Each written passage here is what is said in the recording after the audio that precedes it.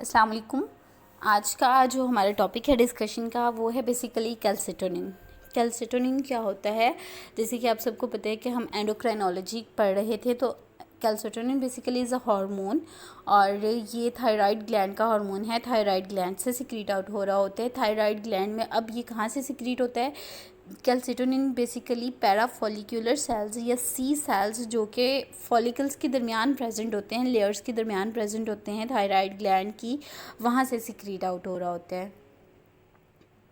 और ये है हमारे पास पिक्टोरियल रिप्रेजेंटेशन है। ये सी सेल्स हैं, ये फॉलिक्यूलर सेल्स हैं थायराइड ग्लैंड के, जो कि कैल्सिटोनिन हार्मोन को सिक्रीट करवा रहे होते हैं। उसके बाद हमारे पास आती है केमिस्ट्री। तो किसी भी चीज़ के बारे में जब हम डिस्कस करते हैं तो सबसे पहले उसकी केमिकल नेचर देखी जाती है कि इन एक्चुअल ये बना किस चीज़ से हुआ है। तो जो कैल्सिटोनिन हार्मोन है वो बेसिकली एक पॉलीपेप्टाइड चेन है जिसके अंदर 32 अमाइनो एसिड्स प्रेजेंट होते हैं और इसका मॉलिक्यूलर वेट 3400 है और ये प्रो कैल्सिटोनिन से सिंथेसाइज हो रहा होता है। इट्स मीन प्रो कैल्सिटोनिन जो है वो इसकी प्रो फॉर्म होती है before converting into the active form. ये प्रो कैल्सिटोनिन की फॉर्म में होता है और उसके बाद प्रो कैल्सिटोनिन जो होती है वो कैल्सिटोनिन में कन्वर्ट हो जाती है, जो कि एक्टिवली रोल प्ले कर रहा होता है हमारी बॉडी के अंदर। उसके बाद हमारे पास आती है इसका प्लाज्मा लेवल और हाफ लाइफ। प्लाज्मा लेवल जो कैल्सिटोनिन का होता है वो है अबाउट 1 to 2 नैनोग्राम पर डेसीलीटर और इसकी हाफ लाइफ है 5 से 10 minute. Next comes the metabolism.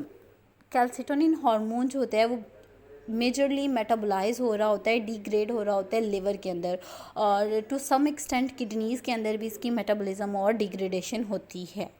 उसके बाद हमारे पास आते हैं एक्शंस। कैल्सिटोनिन क्या कर रहा होता है? Calcitonin basically important role play करता है कैल्शियम और फॉस्फेट लेवल को बैलेंस रखने के लिए ब्लड के अंदर, प्लाज्मा लेवल के अंदर। तो जो कैल्सिटोनिन है वो कैल्शियम लेवल को, फ्री कैल्शियम लेवल, प्लाज्मा के अंदर, ब्लड प्लाज्मा के अंदर जो कैल्शियम मौजूद होती है उसके लेवल को कम कर देता है, डिक्रीज़ कर देता है। ठीक है, उसके साथ क्या कर रहा होता है कि काउंटरएक्ट हार्मोन है लाइक पैराथ्रोमोन, पैराथायराइड हार्मोन के ऑपोजिट काम कर रहा है, उसके अगेंस्ट काम कर रहा है, उसके मुखालिफ काम कर रहा है। लाइक वो कैल्शियम लेवल को इंक्रीज़ कर रहा था तो कैल्सिटोनिन कैल्शियम लेवल को, फ्री कैल्शियम लेवल को डिक्रीज़ करेगा। अब ये चीज़ तो हमें समझ आ गई कि ये कैल्शियम लेवल को कम कर रहा है। ये कैल्शियम लेवल को कम किस तरीके से करेगा? सबसे पहले बोन्स पे एक्ट करके, एट सेकेंड की किडनीज़ पे एक्ट करेगा, नंबर थर्ड इंटेस्टाइन पे एक्ट करेगा। अब किस तरीके से बोन्स पे एक्ट करके कैल्शियम लेवल को डिक्रीज़ करेगा? कैल्सिटोनिन जो होता है वो बेसिकली ओस्टियोब्लास्टिक एक्टिविटी को स्टिमुलेट कर देता है। Osteoblastic activity we all know well, हम सब बेहतर जानते हैं कि ओस्टियोब्लास्टिक एक्टिविटी क्या होती है। Osteoblast formation mean new bone cells formation, नए बोन सेल्स बन रहे हैं। ठीक है, जो कि क्या करेगा, जिससे क्या होगा कि कैल्शियम की डेपोजिशन होगी बोन्स के अंदर। फर्स्ट पे क्या कर रहा है? ओस्टियोब्लास्टिक एक्टिविटी को स्टिमुलेट कर रहा है ताकि जब नई बोन बनेगी तो प्लाज्मा के अंदर जो फ्री कैल्शियम प्रेजेंट है वो डिपॉजिट होना शुरू हो जाएगी बोन्स के अंदर, जिससे क्या होगा कि कैल्शियम लेवल प्लाज्मा के अंदर डिक्रीज़ हो जाएगा।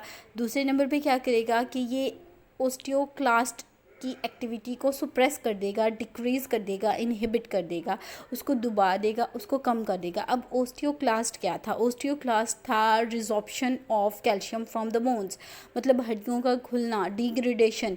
जब डिग्रेडेशन होगी तो कैल्शियम बोन्स में से बाहर आएगी। अब हम इस कैल्शियम को तो कम करवा रहे थे, कैल्सिटोनिन इस कैल्शियम लेवल को डिक्रीज़ कर रहा था, तो ये क्या कर रहा है? ओस्टियोक्लास्टिक एक्टिविटी को इनहिबिट कर देगा, जिससे क्या होगा कि कैल्शियम लेवल डिक्रीज़ हो जाएगा।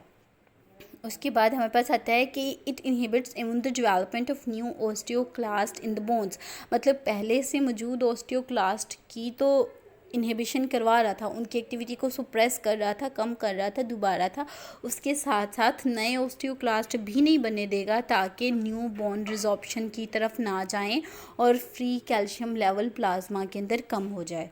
नेक्स्ट हमारे पास आता है किडनीज़ के ऊपर। तो किडनीज़ के ऊपर किस तरह से एक्ट करता है और कैल्शियम लेवल को किस तरह से कम करता है?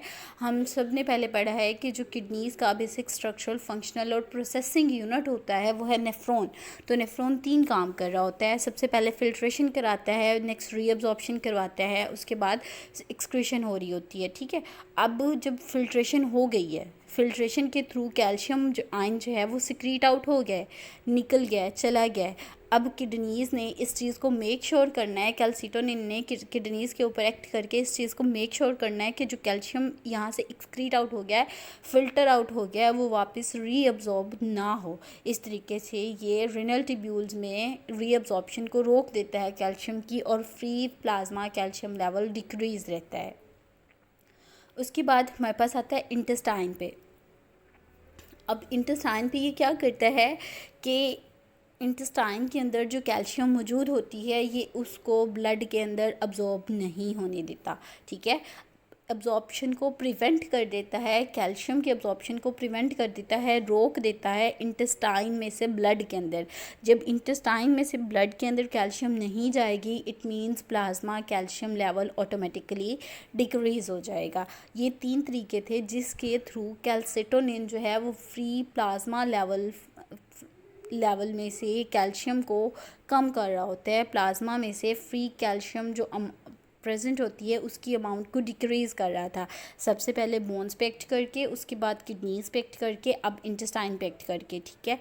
नेक्स्ट हमारे पास आता है फोस्फेट लेवल पे। कैल्शियम के साथ साथ जो कैल्सिटोनिन हार्मोन है वो फोस्फेट लेवल को भी इन्फ्लुएंस करता है, फोस्फेट लेवल को भी डिक्रीज़ करता है। अब फोस्फेट लेवल को ये किस तरह से डिक्रीज़ करेगा, हमने स्टार्ट में पढ़ा है कि जो कैल्सिटोनिन होता है वो काउंटरैक्ट करता है पैराथ्रोमोन को, मतलब पैराथ्रोमोन हार्मोन पैराथायराइड पीटीएच के अगेंस्ट काम करके कैल्शियम लेवल को डिक्रीज़ कर रहा है। लेकिन फोस्फेट के मामले में जो कैल्सिटोनिन है वो पैराथ्रोमोन के साथ काम कर रहा है, उसकी मदद कर रहा है, सिमिलर एक्शंस परफॉर्म कर रहा है। वो भी फोस्फेट लेवल को कम कर रहे थे और कैल्सिटोनिन भी फोस्फेट लेवल को डिक्रीज़ करेगा।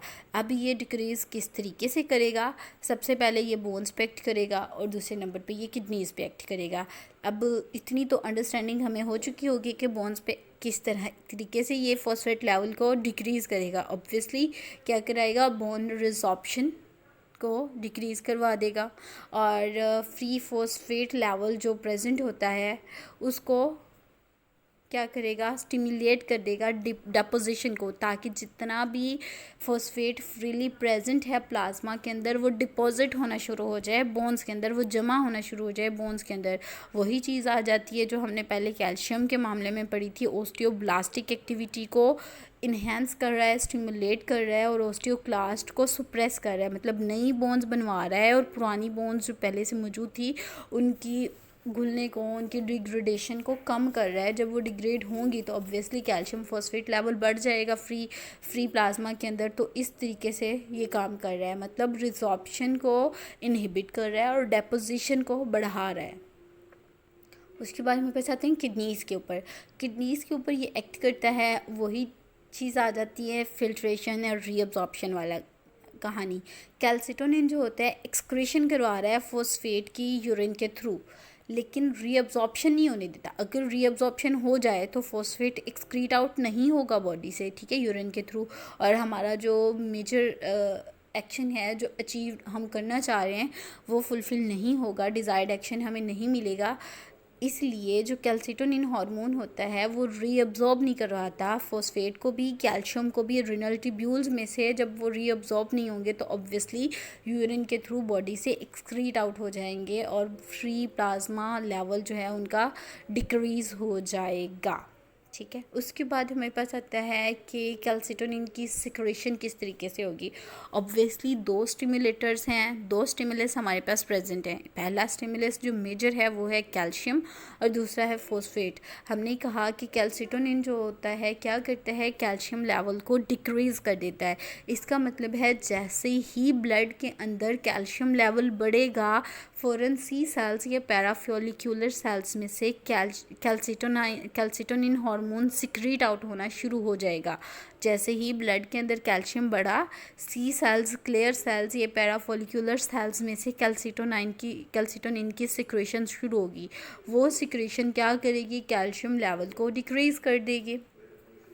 और इसके अलावा उसने बताया हुआ है कि जो गैस्ट्रिन होता है, गैस्ट्रिन एक हार्मोन है जो कि एक स्टिमुलस का काम कर रहा होता है कैल्सिटोनिन के रिलीज़ के लिए। मतलब गैस्ट्रिन हार्मोन जो है वो स्टिमुलेट कर रहा है कैल्सिटोनिन को। जितनी ज़्यादा गैस्ट्रिन की सिक्रेशन होगी उतनी ज़्यादा कैल्सिटोनिन हार्मोन की सिक्रेशन होगी।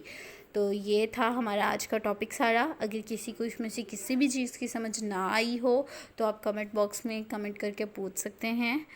ओके, थैंक यू, अल्लाह हाफिज़।